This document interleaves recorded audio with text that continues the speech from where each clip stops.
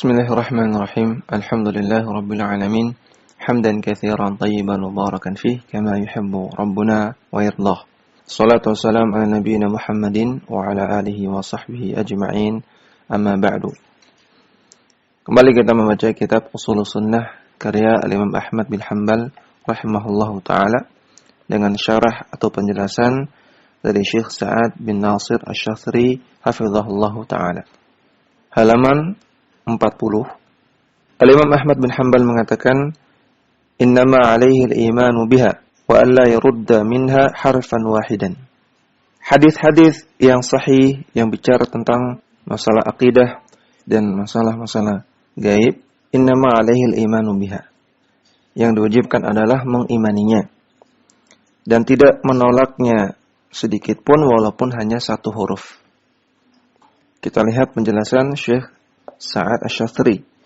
Beliau mengatakan, hadhihi hiya at-tariqatus salafiyyatul masyru'atu. Inilah metode atau cara beragamanya para salaf yang sesuai dengan syariat. Annal ibadah fi mabahithil mu'taqadi yajibu ay yu'minu bin nususi. Itu bahwasanya para hamba dalam pembahasan-pembahasan masalah akidah wajib bagi mereka untuk mengimani nas-nas yang ada.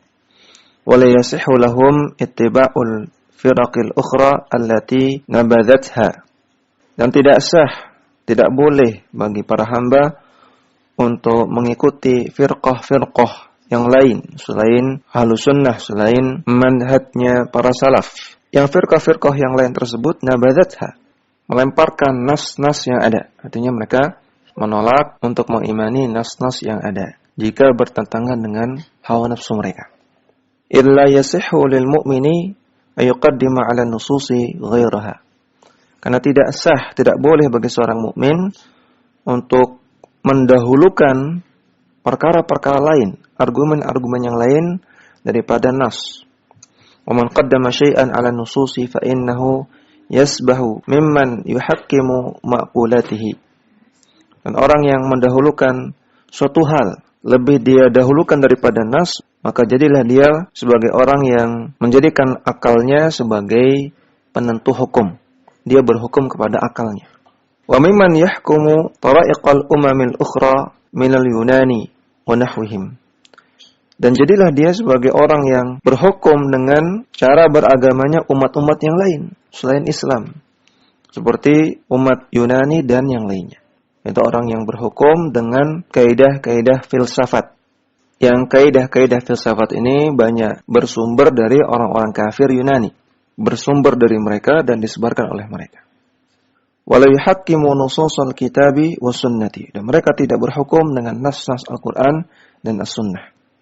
Maka kita dapat di sini bahwasanya dalam pembahasan tentang berhukum dengan hukum selain Allah Subhanahu wa taala, termasuk di dalamnya orang yang berhukum dengan argumen-argumen lain selain Al-Quran dan As-Sunnah dalam menetapkan masalah akidah. Termasuk di dalamnya orang-orang Mu'tazilah, Asy'ariyah, Jahmiyah yang mereka menggunakan argumen-argumen lain dalam masalah akidah. Ini termasuk berhukum dengan hukum selain Allah Subhanahu wa taala. Lakin law jaa'a insanun liyujadila li'itsbatil madlulil waridi fil ahadithi awil ayati fahina idzin la haraja fi mithli hadza. Namun andaikan datang seseorang untuk berdebat atau untuk berdiskusi, yang isi diskusinya adalah untuk menetapkan makna-makna yang terdapat dalam hadis-hadis atau ayat. Isi diskusinya berlandaskan pada Al-Quran dan As-Sunnah yang sahih. Tujuannya ingin mengetahui makna yang benar, ingin mengetahui pemahaman yang benar dari Al-Quran dan As-Sunnah. Maka ketika itu tidak mengapa. Sebagaimana sudah pernah kita bahas. Mithalu dzalika, contohnya, law ja'ana insanun wa qala bi anna Allah jalla wa ala la yumkinu ay yusafa bil ghadabi. Andaikan datang seseorang kepada kita dan dia mengatakan bahwasanya Allah taala, Allah jalla wa ala tidak mungkin disifati dengan sifat ghadab, sifat murka. Jadi orang tersebut mengatakan Allah tidak punya sifat murka. Enggak mungkin Allah itu murka. Li'anal ghadaba ghulyanul qalbi wallahu mutanazzahun an hadza. Karena kata dia murka itu adalah mendidihnya hati. Dan Allah Ta'ala mutanazzahun, tersucikan dari sifat seperti itu. Fahadha jidalun wa mukhasamatun fi muqabalatin nususi. Maka ini bentuk jidal, bentuk debat, dan mukhasamah, bentuk bantah-bantahan dalam muqabalatin nusus, dalam menolak nas, dalam mengkritisi nas, mengkritisi ayat atau hadis. Lihadza yajibu tarhuhu. Oleh karena itu, perdebatan seperti ini wajib ditinggalkan. Wala yajuzu at-ta'wilu alaihi, dan tidak boleh bersengaja untuk ikut terlibat di dalam perdebatan tersebut. Li'annahu qad bana kalamahu ala anna al-ghadaba huwa ulyanul qalbi. Karena orang tersebut telah membangun perkataannya, telah membangun keyakinannya di atas asumsi bahwasanya ghadab, murka itu adalah mendidihnya hati. Wa hadza min aina akhadhahu? Keyakinan seperti ini diambil dari mana? Hal akhadhahu min asy-syar'i? Apakah keyakinan seperti itu diambil dari syariat? Fasyar'u la yaqulu bidzalik. Syariat sama sekali tidak pernah mengatakan seperti itu. Hal akhadhahu min al-lughati? Atau apakah dia mengambil makna seperti ini dari bahasa Arab? Ahlul lughati la yaqsuruna al-ghadaba ala hadzal ma'na. Padahal ahli bahasa Arab tidak hanya membatasi makna dari ghadab itu pada makna tersebut. Fahina idzin yakunu qad akhadahu min at-tashbih. Sehingga dengan demikian dia mengambil keyakinan seperti itu dari tashbih, dari cara berpikir menyamakan Allah dengan makhluknya. Fara'a anna al-ghadaba 'inda al-adamiyyina huwa ghulyanul qalbi. Fashabbaha Allah azza wa jalla bil makhluqi. Dia melihat bahwasanya ghadab, murka yang terjadi pada manusia adalah berupa mendidihnya hati. Sehingga dia pun syabbah Allah, menyerupakan Allah dengan makhluknya. Ketika dia melihat bahwasanya pada manusia marah itu adalah mendidihnya hati, kemudian kalau sifat marah ini disematkan kepada Allah, berarti Allah juga mendidih hatinya, sehingga akhirnya wa man thamma nafaha hadhihi sifata. Dia pun menolak sifat ghadab tersebut. Fa naqulu al-ghadabu laysa min madlulihi fi lughatil arabi ghulyanul qalbi. Maka kita katakan sifat al-ghadab, sifat murka, penunjukan maknanya secara bahasa Arab tidak bermakna ghulyanul qalbi, mendidihnya hati. Walihada najidu anna al-ghadaba yakhtalifu ma baina makhluqin wa makhluqin akhar. Oleh karena itu kita dapati sifat al-ghadab, sifat marah pada makhluk saja itu berbeda antara satu makhluk dengan makhluk yang lain. Fahina idzin la yalzamu min itsbati ma'na al-ghadabi itsbata hadhihi as-sifati allati dzakaruha wa hiya ghulyanul qalbi. Oleh karena itu, ketika kita menetapkan sifat al-ghadab untuk Allah, tidak melazimkan, tidak berkonsekuensi menetapkan sifat tersebut yang mereka sebutkan, yaitu ghulyanul qalbi, mendidihnya hati. Maka di sini Syekh menjelaskan bahwasanya pada dari makhluk saja sifat al-ghadab itu beda-beda, tidak selalu maknanya mendidihnya hati. Dan juga beliau tadi jelaskan bahwasanya sifat ghadab pada Allah Subhanahu wa taala berbeda dengan sifat ghadab pada makhluk. Sama-sama memiliki sifat ghadab, namun ghadab atau murkanya Allah beda dengan murkanya makhluk. Kemudian walakin law ja'ana insanun wa qala al-ghadabu qad dallat 'alaihi an-nusus kama fil hadits. Namun kalau datang kepada kita seseorang dan dia mengatakan bahwasanya sifat ghadab itu terdapat dalam nas-nas, sebagaimana dalam hadis, qad ghadiba rabbuna ghadaban lam yaghdib qablahu wa la yaghdiba ba'dahu mithlahu. Sungguh Rabb kita, sungguh Allah Subhanahu wa taala telah murka dengan kemurkaan yang belum pernah terjadi sebelumnya dan tidak akan pernah terjadi setelahnya dengan kemurkaan yang semisal itu. Di catatan kaki, kama warada fi ahadits syafaati wa sayati fi babiha insyaallah. Hadis ini terdapat dalam hadis-hadis tentang syafaat dan akan datang bab khusus tentang pembahasan syafaat insyaallah. Kembali ke syarah, wa nahwi hadzal dalili minan nusus, dan dalil-dalil yang lain. Waja'ana mustadillan wa qala al-ghadabu min Allah jalla wa ala la yastalzimu ghulyan al-qalbi. Maka orang tadi berdalil, membawakan dalil. Dan dia juga mengatakan bahwasanya sifat ghadab pada diri Allah Ta'ala tidak bermakna ghulyanul qalbi. Tidak bermakna mendidihnya hati. Wala yastalzimu ayyakuna musyabihan lil makhluqi. Dan juga tidak berkonsekuensi bahwasanya Allah serupa dengan makhluk ketika Allah punya sifat ghadab. Wala yastalzimu ayyakuna mu'athiran yatarattabu alaihi nafya ma'rifatillahi bi'awaqibil umuri. Dan juga menetapkan sifat ghadab tidak mengakibatkan penafian pengetahuan Allah Subhanahu wa taala terhadap kesudahan-kesudahan dari perkara-perkara. Kama yakunu minal adamiyyi, sebagaimana yang terjadi pada manusia. Jadi manusia biasanya marah karena sebelumnya tidak menyangka. Misalnya seorang ayah mengetahui anaknya berbohong, kemudian dia marah. Dia marah karena dia tidak menyangka bahwasanya anaknya berbohong. Selama ini dia mengira anaknya jujur, tidak berbohong. Jadi marah pada manusia itu biasanya terjadi karena ketidaktahuan. Sehingga ketika dia tahu suatu fakta, dia marah. Nah, orang-orang yang menafikan sifat marah menganalogikan hal ini kepada Allah. Sehingga kata mereka, kalau kita tetapkan sifat ghadab, sifat marah kepada Allah, berarti ada perkara-perkara yang Allah baru tahu. Ketika Allah tahu, kemudian Allah marah. Maka kita katakan tidak demikian. Itu sifat marahnya makhluk. Allah Maha mengetahui segala sesuatu sebelum terjadinya, dan Allah juga punya sifat ghadab. Keduanya tidak saling bertentangan. Dan sifat marah bagi Allah Subhanahu wa taala tidak sama dengan sifat marah bagi makhluk.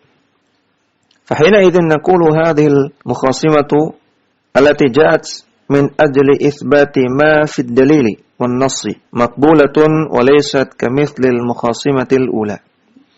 Maka kita katakan orang yang kedua ini, orang yang mukhasimah, orang yang mengajak diskusi ini, yang datang dalam rangka untuk menetapkan sifat sebagaimana yang terdapat dalam dalil dan nas, maka orang seperti ini makbulah, bisa kita terima, bisa kita ajak diskusi. Tidak sebagaimana mukhasimah, orang yang berdebat pada model yang pertama. Maka di sini beliau lebih menjelaskan lagi bagaimana bentuk debat yang harusnya kita hindari dan bagaimana bentuk debat yang boleh kita lakukan. Kemudian kita kembali ke matan. Al-Imam Ahmad bin Hanbal mengatakan, wa ghairuha minal ahadithi al-ma'thurati anithiqati wa alla yukhasima ahadan wa la yunadhirahu. Dan juga hadis-hadis yang ma'thurah yang diriwayatkan anithiqat dari para perawi-perawi yang thiqah. Maka hendaknya wajib diimani dan tidak menolaknya walaupun satu huruf saja. Wa alla yukhasima ahadan wa la yunadhirahu. Dan hendaknya seorang mukmin itu tidak mengajak berdebat satu orang pun dan tidak yunadhir, tidak berperang argumen kepada satu orang pun yang sifatnya ingin menolak dalil. Syarih mengatakan qauluhu wa alla yukhasima ahadan wa la yunadhirahu, yakni anal mu'mina idza ja'ahu an-nassu sallama. Maksudnya seorang mukmin ketika datang kepadanya nas, ketika disampaikan kepadanya nas, maka dia menerimanya. Wa idza ja'a yunadhiru fa huwa yunadhiru bin nususi wa yastadillu bil aqisatil aqliyati li itsbati ma fi nususi. Dan kalau datang kepada dia seseorang yang mengajak berdebat, dan dia mengajak berdebat tentang nas, dan dia berdalil dengan kias-kias dan dengan argumen-argumen logika, namun untuk menetapkan sesuatu yang terdapat dalam nas. Lakinnahu la yu'aridu ma fi nususi bima ladaihi min al-aqisatil aqliyati. Namun orang tersebut tidak menolak makna-makna yang terdapat dalam nas dengan argumen-argumen kias dan logika yang dia miliki, maka orang ini kita terima. Ya, artinya kalau seseorang mengajak berdebat, kalau tujuannya ingin menetapkan hal yang benar, menetapkan yang ada dalam dalil, maka ini debat yang dibolehkan, ini diskusi yang dibolehkan. Kemudian Imam Ahmad bin Hanbal mengatakan, wala yata'allamu al-jidala fa innal kalama fil qadari war ru'yati wal qur'ani wa ghairiha min as-sunani makruhun wa manhiyun anhu. Dan hendaknya seorang mukmin tidak belajar tentang jidal, tidak belajar berdebat, tidak belajar ilmu debat. Karena al-kalam di sini maksudnya berdebat dalam masalah takdir, dalam masalah ru'yatullah, dalam masalah Al-Quran dan yang lainnya, yang termasuk sunnah-sunnah, yang termasuk akidah-akidah Ahlussunnah, maka perdebatan seperti ini hukumnya makruh dan terlarang. Syarih mengatakan, "Tsumma qala innal kalama fil qadari war ru'yati wal Qur'ani wa ghairiha min as-sunani makruhun wa manhiyun anhu." Yani al-ihtijaja bil umuril aqliyati fi mudadati an-nususi fi hadha al-qadaya manhiyun anhu wa makruhun. Maksud Imam Ahmad adalah berhujjah, berargumen dengan argumen-argumen akal atau logika dalam rangka untuk menentang nas-nas dalam masalah-masalah di atas, masalah takdir, masalah ru'yah, masalah ayat-ayat Quran. Maka seperti ini manhiyun, terlarang, dan makruhun, hukumnya makruh. Wa hina idzin la yakunu min ahli sunnati. Dan orang yang seperti ini tidak termasuk ahli sunnah, li'annahu qaddama ghairal kitabi was sunnati alaihima fil istidlali lil mu'taqadi. Nah, dia telah mengedepankan, mengutamakan argumen-argumen selain Al-Quran dan As-Sunnah, lebih dikedepankan daripada Al-Quran dan As-Sunnah dalam istidlal, dalam beristidlal, dalam berdalil di permasalahan-permasalahan akidah.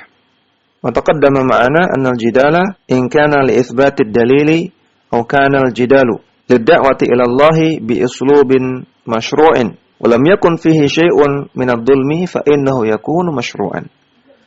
Dan sudah kita jelaskan bahwasanya jidal, berdebat, kalau dalam rangka untuk menetapkan makna yang terkandung dalam dalil, menetapkan dalil, atau untuk berdakwah kepada Allah dengan uslub, dengan metode-metode yang disyariatkan, dan tidak terdapat di dalamnya kezaliman, maka ini jidal yang masyru', jidal yang disyariatkan.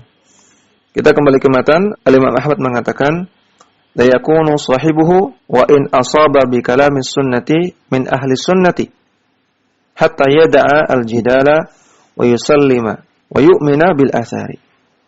Maka orang yang melakukan seperti itu, orang yang berargumen dengan selain Al-Quran dan As-Sunnah dalam masalah akidah, walaupun dia memiliki sisi kebenaran dalam perkataannya, maka orang seperti itu bukan ahlu sunnah.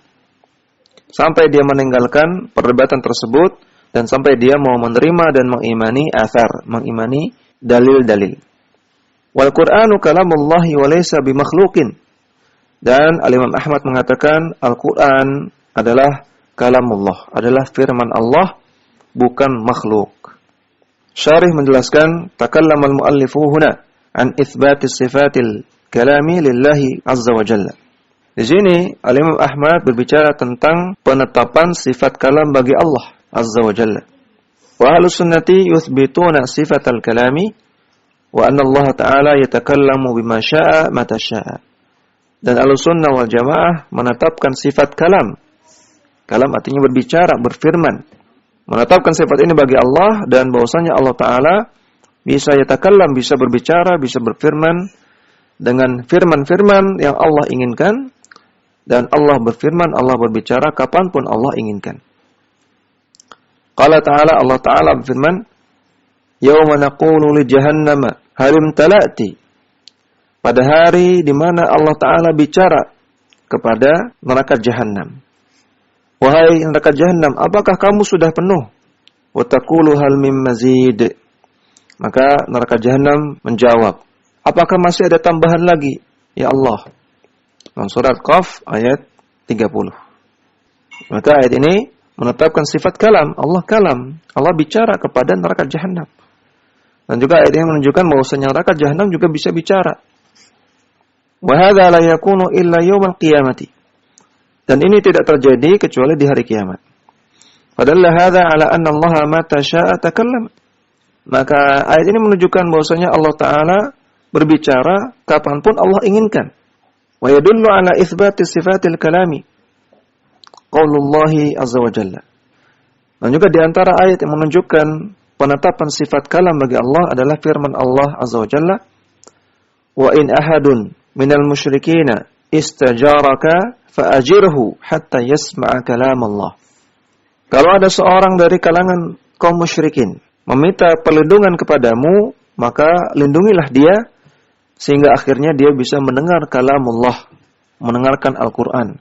Dan surat At-Taubah ayat ke-6. Jadi kalau orang musyrikin minta perlindungan, maka dilindungi sehingga dia ada di tempat yang sama dengan orang-orang muslimin. Dan ketika orang muslimin membaca Quran, dia bisa dengar, sehingga dia bisa mendapatkan hidayah. Fadalla hadza ala anna al-masmu'a huwa ainu kalamillahi jalla wa ala. Maka ayat ini menunjukkan bahwasanya yang didengar tersebut masmu'. Bacaan Quran yang didengar tersebut itu adalah kalamullah jalla wa ala. Tidak sebagaimana keyakinan orang-orang ahlul bid'ah yang nanti akan dibahas oleh beliau di sini. Wa qala ta'ala, dan Allah Ta'ala berfirman, afatatma'una ayyu'minu lakum wa qad kana fariqum minhum yasma'una kalamallahi. Apakah kalian masih mengharapkan bahwasanya mereka percaya kepada kalian, padahal sebagian dari mereka yasma'una kalamallah, mendengar firman Allah, thumma yuharrifunahu min ba'di ma aqaluhu. Kemudian setelah mereka mendengar kalamullah, bukan mereka mengimani, malah mereka mengubah-ubahnya setelah mereka memahaminya. Surat Al-Baqarah ayat 75. Ayat ini bicara tentang orang-orang Yahudi. Yang orang Yahudi itu punya sifat suka membuat tipu daya. Dan juga mereka punya sifat suka mengubah-ubah wahyu, suka mengubah-ubah ayat. Maka Allah katakan, apakah kalian masih percaya kepada orang-orang Yahudi? Dengan sekadar mereka mau mendengar wahyu, mau mendengar ayat. Padahal mereka itu kalau mendengar ayat, mereka paham maknanya, namun setelah itu mereka ubah-ubah. Namun syahidnya dari ayat ini, Allah Ta'ala katakan, ayat yang Allah turunkan sebagai kalam Allah, firman Allah. Ayat yang dibacakan oleh para nabi kepada Bani Israel, kepada orang Yahudi, disebut sebagai kalam Allah, firman Allah. Falam yakul yasma'una ma huwa ibaratun an kalamillah. Dalam ayat ini Allah tidak katakan bahwasanya mereka mendengar ibaratun an kalamillah, ungkapan lain dari kalamullah. Ini pendapatnya ahlul bid'ah. Mereka mengatakan bahwasanya ayat Quran dan ayat-ayat yang Allah turunkan itu bukan perkataan Allah, namun itu sekedar ungkapan lain dari perkataan Allah. Membahasakan ulang dari perkataan Allah. Bukan perkataan Allah itu sendiri. Bukan ainul kalam tadi. Ini pendapat yang batil. Wa kalamullahi sifatun min sifatihi. Dan kalamullah, bahwasanya Allah bisa kalam, bisa berbicara, ini merupakan sifat. Fa in qala qailun, kalau ada orang berkata, ayumkinu ayyakuna kalamullahi makhluqan mithla ma anna baitallahi makhluqun? Bukankah mungkin saja bahwasanya kalamullah di sini merupakan makhluk sebagaimana perkataan Baitullah. Baitullah itu kan Ka'bah, ya, Masjidil Haram. Ka'bah, Masjidil Haram makhluk. Bukankah bisa saja sama? Kalamullah itu makhluk juga. Karena sama-sama penyandaran kepada Allah. Kalamullah, Baitullah, sama-sama idhofah, sama-sama penyandaran. Fanaqulu, maka kita katakan, ma yudhafu ila Allahi ala naw'aini. Semua kata yang disandarkan kepada Allah, yang berupa idhafah kepada nama Allah, ada dua macam. An-naw'ul awwalu, yang macam pertama, jenis yang pertama, as-sifatu wal ma'ani. Sifat-sifat Allah dan makna-makna dari sifat-sifat Allah. Fahadhihi la takunu makhluqatan. Maka penyandaran yang seperti ini bukan makhluk. Mithlu ilmillahi wa kalamillah. Contohnya ilmu Allah. Ada kata-kata ilmu disandarkan dengan nama Allah, digandengkan. Ilmu Allah. Maka ilmu Allah di sini ini bukan makhluk. Ilmu Allah ya sifat Allah. Sebagaimana juga misalnya kekuasaan Allah. Kekuasaan Allah sifat Allah, bagian dari Allah. Kekuasaan Allah bukan makhluk. Seperti rahmat Allah. Rahmat Allah ini sifat Allah.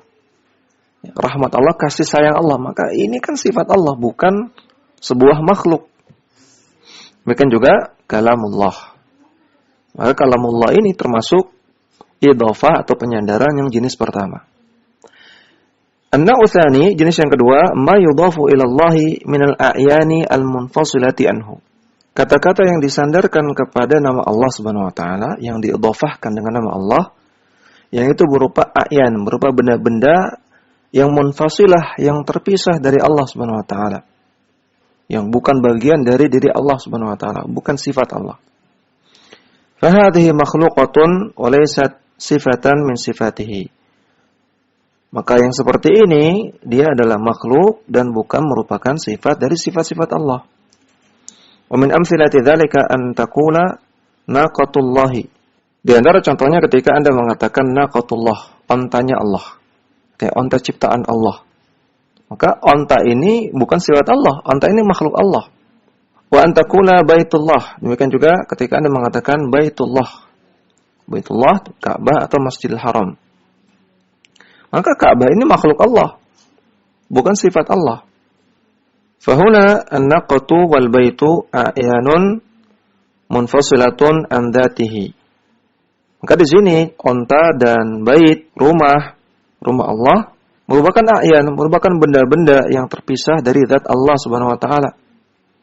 Fatakunu makhluqatan bi khilafil ma'ani. Maka benda-benda ini adalah makhluk, bukan merupakan sifat. Sebagaimana juga Rasulullah, Rasulnya Allah, maka Rasulullah di sini makhluk. Seperti juga misalnya bumi Allah, maka bumi itu makhluk. Surga Allah, surga itu makhluk.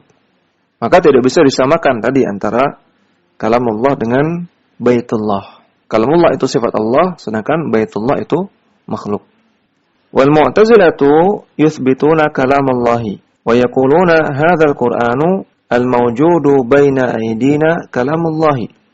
Orang-orang Mu'tazilah, sekte sesat Mu'tazilah, mereka juga menetapkan sifat kalam bagi Allah. Namun mereka mengatakan, Al-Quran yang ada di hadapan kita ini, yang ada di tangan kita ini, adalah kalamullah. Lakinnahu laisa sifatan min sifatihi innama huwa makhluqun. Namun Al-Quran ini bukan merupakan sifat Allah, namun Al-Quran ini adalah makhluk. Mereka menetapkan kalam, tapi mereka mengatakan Al-Quran itu makhluk. Jadi mereka mengatakan Allah bisa kalam, Allah bisa bicara, Allah bisa berfirman. Namun yang ada dalam Al-Quran ini itu bukan firman Allah. Wa hadza kalamun batilun. Ini adalah perkataan yang batil. Allah Ta'ala yaqulu. Allah Ta'ala firman, wa qala Allahu la tattakhidhu ilahaini itsnain.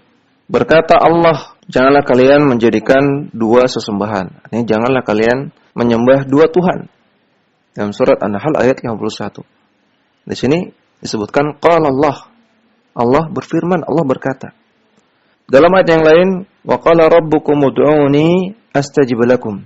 Rabb kalian yaitu Allah berkata, ud'uni, berdoalah kepadaku, aku akan kabulkan doa kalian. Dalam surat Ghafir ayat ke-60. Fadalla hadza ala annaha sifatun min sifatihi. Maka ayat ini menunjukkan bahwasanya kalamullah merupakan salah satu dari sifat-sifat Allah. Dan juga tadi ditunjukkan oleh surat At-Taubah ayat ke-6 ketika Allah Ta'ala katakan Al-Quran itu adalah kalamullah hatta yasma'a kalamullah. Dan juga surat Al-Baqarah ayat 75 tadi, yasma'una kalamullah, mereka mendengar kalamullah. Ketika dibacakan Quran, disebut Quran ini sebagai kalamullah, bukan makhluk. Wal asy'ariyatu wa man mathalahum yaquluna. Dan orang-orang Asy'ariyah dan yang semisal dengan mereka mengatakan, Al-Qur'anu kalamullahi, lakin Al-Qur'ana huwa al-ma'aniyu an-nafsiyatu. Al-Qur'an itu adalah kalamullah, namun Al-Qur'an itu adalah ma'ani an-nafsiyah. Makna-makna yang sifatnya nafsiyah, dari hati, ya, makna-makna yang abstrak. Itulah yang Al-Quran. Wa amma ma fil mushafi baina aydina falaysa kalamullahi bi'ainihi. Adapun yang terdapat di dalam mushaf yang kita pegang, maka itu bukanlah kalamullah, itu bukan firman Allah bi'ainihi secara teksnya. Ya, teksnya itu bukan dari Allah. Kata-katanya bukan dari Allah. Wa inna ma huwa mithalun li kalamillahi aw ibaratun li kalamillahi. Namun itu sekedar permisalan dari kalamullah, dari firman Allah, atau ibarah, ungkapan lain terhadap kalamullah. Aw hikayatun an kalamillah, atau membahasakan ulang dari firman Allah, membahasakan ulang firman Allah. Jadi menurut mereka Allah Ta'ala mewahyukan kepada Rasulullah SAW itu berupa kalam nafsi, atau tadi ma'ani an-nafsiyah, mewahyukan ilham saja yang tidak ada kata-katanya, tidak ada berupa kata-kata, tidak ada teks, hanya mewahyukan maknanya saja, kontennya saja. Sehingga kata-kata yang ada dalam Al-Quran, huruf-hurufnya, kata-katanya, kalimat-kalimatnya itu bukan firman Allah. Namun mereka khilaf tentang kata-kata ini, tentang kalimat-kalimat yang ada dalam Al-Quran ini. Sebagian mereka mengatakan ini dari Rasulullah SAW, teksnya dari Rasulullah. Sebagian mereka mengatakan itu dari malaikat Jibril. Sebagian mereka mengatakan ini sudah tercatat di Lauhul Mahfuz, tidak diketahui dari siapa, yang jelas sudah ada di Lauhul Mahfuz, yang jelas bukan kata-kata dari Allah Subhanahu wa taala. Ini keyakinannya orang-orang Asy'ariyah. Wa yaquluna bi anna Allah qad takallama fil azali. Dan orang-orang Asy'ariyah juga mengatakan, mereka berkeyakinan bahwasanya Allah Taala takallam, berbicara, berfirman, namun berfirmannya fil azali, di masa dahulu. Thumma ba'da dzalika lam ya'ud yatakallamu. Kemudian setelah itu Allah tidak berfirman lagi. Ta'ala Allahu amma yaquluna 'uluwan kabira. Maka di sini syarih berzikir kepada Allah dengan mengatakan, Maha tinggi Allah atas apa yang mereka tuduhkan, Maha tinggi Allah setinggi-tingginya. Limadza? Kenapa mereka punya keyakinan seperti itu? Qalu li'annana law qulna bi annahu yatakallamu la qulna bi anna al-hawaditha tajuzu alaihi. Kata mereka, andaikan kita katakan bahwasanya Allah Ta'ala terus-menerus yatakallam, berbicara, berfirman terus, maka kita akan mengatakan, maka konsekuensinya kita akan menetapkan bahwasanya perkara-perkara baru itu terjadi pada Allah Subhanahu wa taala. Itu maksudnya orang-orang Asy'ariyah berkeyakinan yang namanya Tuhan itu harus qadim. Semua sifatnya harus qadim. Harus sifat yang sudah ada sejak dahulu, tidak boleh punya sifat yang hawadits, yang baru terjadi, yang baru ada. Ini keyakinan mereka. Sehingga mereka meyakini Allah berbicara hanya ketika di masa azali dahulu. Setelah itu Allah tidak bicara lagi. Dan ini tadi sudah terbantahkan oleh ayat surat Qaf ayat 30 tadi. Yauma naqulu li jahannama halim talati wa taqulu hal min mazid. Ketika Allah bicara kepada neraka jahanam, apakah kamu sudah penuh? Dan neraka jahanam menjawab, apakah masih ada tambahan lagi ya Allah? Dan ini terjadi di hari kiamat. Hari kiamat belum terjadi, berarti Allah di hari kiamat pun berbicara, berfirman, tidak hanya di masa azali. Fa yuqalu lahum, maka kita katakan kepada orang-orang Asy'ariyah, kaifa nafaitum syai'an qad dallat 'alaihi an-nususu fi itsbatil kalami. Bagaimana mungkin kalian kok menafikan, menolak sesuatu yang ditetapkan oleh nas? Yang nas-nas tersebut menetapkan sifat kalam bagi Allah. Wa annahu yatakallamu idza syaa. Dan menetapkan bahwasanya Allah itu yatakallam, berbicara, berfirman kapanpun Allah inginkan. Min ajli ihtijaji min kalamikum laysa alaihi dalilun min kitabin wala sunnatin. Kalian menolak hal ini dengan sekedar argumen kalian, yang argumen kalian ini tidak ditunjukkan oleh Al-Quran dan juga tidak ditunjukkan oleh As-Sunnah. Sekedar dari akal kalian saja. Fa inna qawlahum la tajuzu alaihi al-hawadithu hadhihi maqalatun lahum yunazi'uhum fiha ghairuhum. Karena keyakinan mereka bahwasanya Allah Ta'ala tidak boleh terjadi padanya hawadits, perkara-perkara baru, kejadian-kejadian baru pada Allah. Ini adalah maqalah, ini adalah perkataan atau akidah yang telah dibantah oleh golongan-golongan yang lain, oleh sekte-sekte sesat yang lain juga, secara akal juga tidak sesuai dengan akal, dan lebih lagi tidak sesuai dengan dalil. Demikian, wasallallahu ala nabiyina Muhammadin wa ala alihi wa sahbihi wasallam.